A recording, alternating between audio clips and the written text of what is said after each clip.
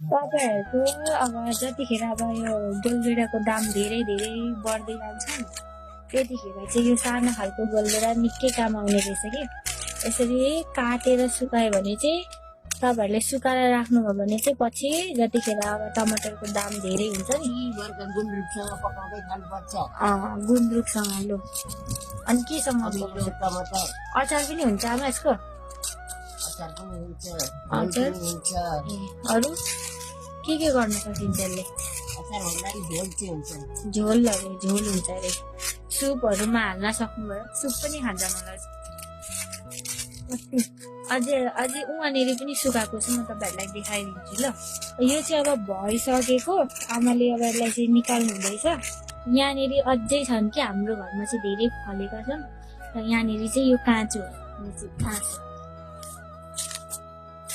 यो चाहिँ काँचो